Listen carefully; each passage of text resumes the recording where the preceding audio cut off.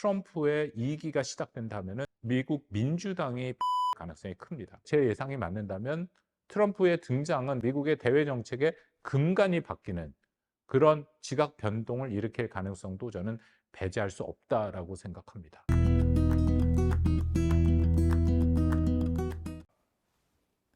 안녕하십니까. 박홍곤의 북한과 세계를 시청해 주시는 여러분께 진심으로 감사드립니다.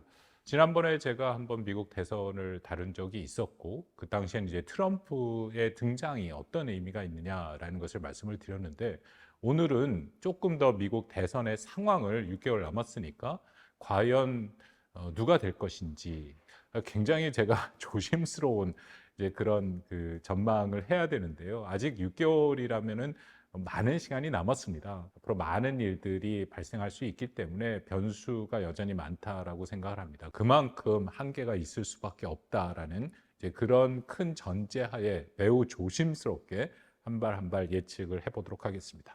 제가 최근 여론조사를 확인했습니다. 5월 13일에 했던 것인데요. 이제는 많은 분들이 잘 알고 계시라고 생각합니다만 미국의 대선에 결국 경합주에서의 결과가 미국 대선 전체 판도를 결정합니다. 이번 조사에는 6개 경합주를 조사를 했고요.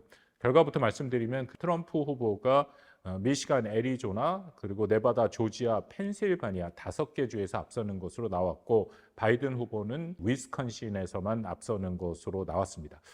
참고로 2020년 대선 때 이 6개 주를 바이든이 다 이겼습니다. 그렇기 때문에 이 부분은 상당히 의미가 있다라고 판단이 되고요. 스윙 스테이트 6개 주만을 놓고 본다면 바이든은 이 6개 주에서 펜실바니아, 미시간, 위스콘신 3개 주만 이기면 전체 선거인단 270명을 확보해서 트럼프를 이길 수 있습니다. 반면에 트럼프는 조금 계산이 복잡한데요.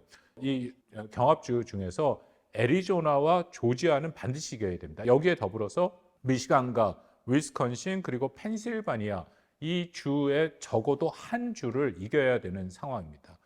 조금 트럼프가 전체적인 구조에서는 불리한 것은 맞는데 여론조사를 보면 6개 주 중에서 위스콘신 한 군데만을 빼고는 나머지 트럼프가 계속 이기고 있기 때문에 트럼프가 훨씬 유리한 상황인 것은 분명합니다.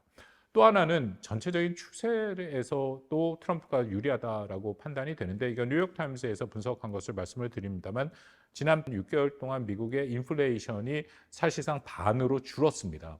거기에 비해서 주가는 25%가 상승했다. 이거는 현직 대통령한테 굉장히 유리한 경제 지표임에도 불구하다. 경합주에서는 트럼프가 이기는 것으로 나왔다라는 것이죠. 또 4월부터 뉴욕에서 트럼프의 재판이 시작이 됐고 이것은 트럼프한테는 악재인 것은 분명합니다. 더불어서 바이든 캠프가 선거 자금을 트럼프 캠프보다 훨씬 더 많이 확보하고 있는 것도 사실이죠. 그래서 바이든 측에서는 아주 경합주에 많은 선거 자금을 투입하면서 광고를 하고 있습니다. 이런 것이 일종의 효과를 볼 수 있는 부분도 분명히 있습니다. 근데 그런 상황임에도 불구하고 여러 가지 조건은 분명히 바이든한테 유리한 상황을 보이고 있는데 트럼프가 이기고 있다라는 것이 전체적인 판단입니다. 특히 조금 이따 좀 더 자세하게 말씀을 드릴 건데요. 젊은 층과 흑인, 히스패닉 같이 전통적으로 민주당을 지지하고 있는 이 지지층조차도 바이든의 민주당에서는 이탈하는 모습들이 꾸준히 보이고 있다라는 것입니다. 물론 거기에는 세국 인플레이션 문제가 있고 불법 이민자 문제, 또 이스라엘의 가자 전쟁 이런 것들이 영향을 주고 있다라고 판단을 듭니다. 3월 달에 국정 연설을 바이든이 했었죠. 굉장히 힘 있는 연설을 했던 모습이 있는데 그때 바이든의 지지율이 반등을 했습니다. 그렇지만 그 잠깐의 반등을 빼고는 전체적으로 평균치로 놓고 보더라도 이 경합주에서 트럼프가 바이든보다 우세하게 나타나는 그 모습은 유지되고 있다라는 것입니다. 제가 오늘 그렇다면 조금 더 깊이 들어가서 과연 이걸 어떻게 읽어내고 해석해야 되느냐 부분을 좀 말씀드리겠습니다. 여기에 근거를 드는 것은 페리드 자카리아라는 상당히 영향력 있는 저서들도 갖고 있는 인도계 미국인이죠.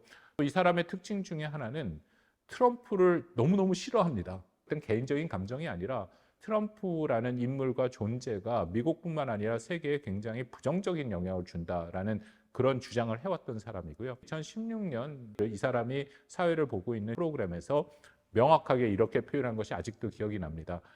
트럼프는 미국의 암적인 존재이다. 공개석상에서 이렇게까지 얘기를 했습니다. 그러고 나서 2016년부터 2020년까지 트럼프가 집권하는 그 기간 동안 조목조목 트럼프의 문제점을 주장을 했던 사람입니다. 그 사람이 지난 그 5월 13일 날 워싱턴 포스트에 쓴 칼럼에 뭐라고 고백을 했냐면, 자기가 트럼프의 등장을 굉장히 부정적으로 보고 하지만 학자로서 트럼프의 당선 가능성을 배제할 수 없다라는 상황을 인정해야 된다라고 얘기를 했습니다. 그러면서 굉장히 의미 있는 분석들을 시도했는데요. 일단 첫 번째 경제 분야를 얘기를 하고 있습니다. 모든 선거가 경제 문제가 굉장히 중요하고, 특히 유권자들 입장에서는 체감하는 그런 경제 문제가 가장 중요합니다. 그렇다면 트럼프와 바이든의 양자구도로 놓고 볼 때 과연 누가 경제 문제를 더 유능하게 잘 해결할 수 있느냐라는 것인데요. 이걸 1월 달에 미국 MBC 방송에서 한 여론조사인데, 트럼프가 경제 분야에서 바이든보다 무려 22%나 더 잘할 것이다 라는 이제 그런 응답이 미국민들에게 나왔다라는 겁니다. 바이든 현 대통령 입장에서는 좀 억울한 면이 있을 겁니다. 전체적인 경제 지표가 굉장히 좋게 나타나고 있거든요. 실업률이 최저, 인플레이션도 지난 6개월 동안 굉장히 많이 개선됐음에도 불구하고 거기에 대해서 충분히 어떤 인정을 덜 하고 있다라는 그런 판단이 듭니다. 두 번째 항목으로 말씀드리겠습니다. 문화 전쟁이죠. 이민자 문제를 누가 더 잘 다룰 것이냐에 대해서도 보면 바이든보다는 트럼프가 35% 이상 더 잘 다룰 것이다라는 지지를 받고 있습니다. 그러니까 이민자 문제는 미국민들이 또 체감하고 있는 심각한 문제 중에 하나인데, 이 문제에 대해서도 트럼프가 훨씬 더 잘 다룰 것이다라는 그런 판단을 하고 있다라는 것이죠. 또 하나는 낙태 문제가 있습니다. 지난 2022년 6월 25일 미 연방 대법원 낙태에 대한 헌법성 권리를 인정하지 못한다라는 판결이 나왔습니다. 이게 미국 사회를 굉장히 흔들었죠. 그래서 그 낙태의 권리를 인정하는 주장을 하는 민주당에게 굉장히 유리한 그런 작동을 했는데, 미국 대선에서는 이 부분이 이번에 크게 부각되질 않고 있습니다. 왜냐하면 미국은 연방제이기 때문에 이 문제는 그 대법원 이후에 각 지방 그 정부들이 결정해야 되는 문제거든요. 그렇기 때문에 이것이 미국 대선을 결정하는 연방 차원의 문제 의제로 부상하지 못하고 영향력은 상대적으로 크지 않다라는 겁니다. 또 하나, 민주당 바이든 후보에게 좀 불리하게 작동하는 것 중에 하나가 민주당이 분열하고 있는 모습을 보이고 있다. 특히 이스라엘 팔레스타인 간의 그 전쟁에서 민주당은 현재 분열하는 모습을 보이고 있습니다. 예를 들어서 버니 샌더스 같은 사람은 가자 전쟁을 두고 이걸 바이든의 베트남 전쟁이다라고 얘기를 하고 있습니다. 이런 측면에서 원래 민주당의 그 똘똘 뭉쳐있는 지지층이 나뉘고 있다라는 겁니다.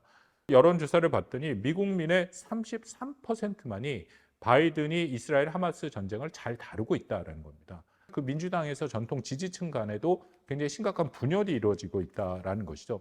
이게 미국 대선에 어떤 영향을 주냐면요. 아까 말씀드린 그 경합주 중에 미시간주가 있습니다. 16명 선거인단이기 때문에 적지 않은 선거인단이고 매우 중요한 주죠.